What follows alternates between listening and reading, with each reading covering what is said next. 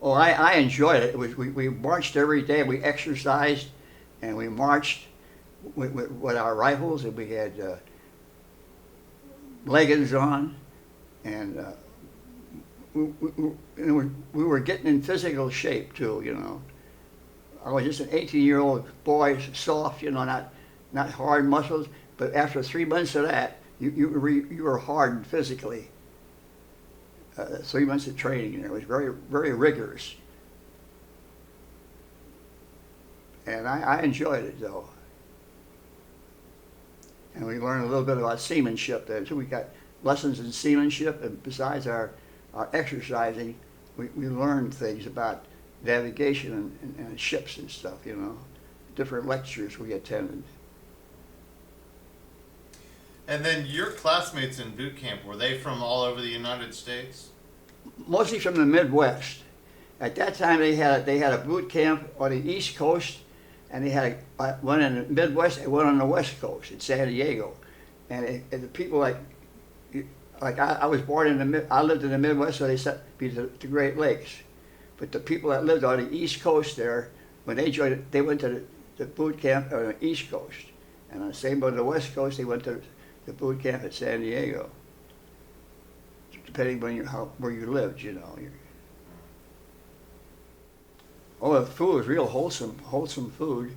But back in those days, the Navy was only allowed so much money by Congress, and they had to watch their budgets very closely. In other words, towards the end of the month, we might on a Sunday we might get a chicken dinner, and that was a feast to get chicken. Because in other words, this galley, the kitchens, when the chief in charge of that, when he could see he had enough money left for the end of the month, he didn't overexpend, then he could spend out a little more and give us a chicken dinner.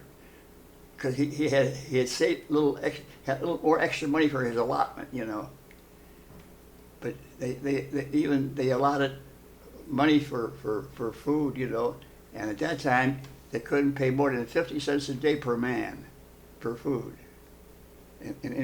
on the ships and on the shore.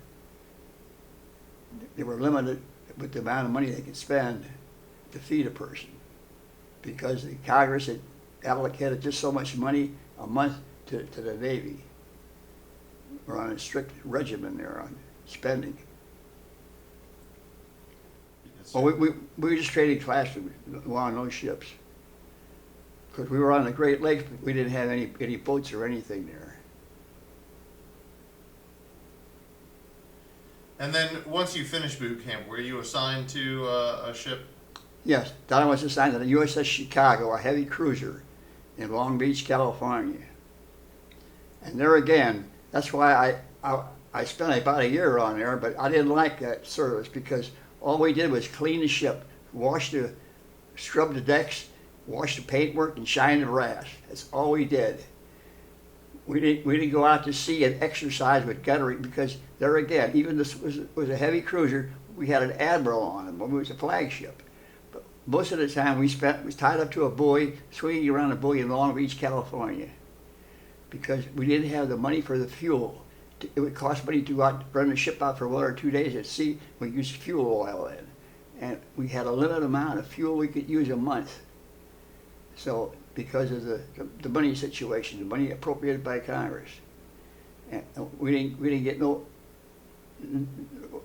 exercises in navigation or gunnery or anything, because we couldn't afford to go out to sea with this heavy cruiser.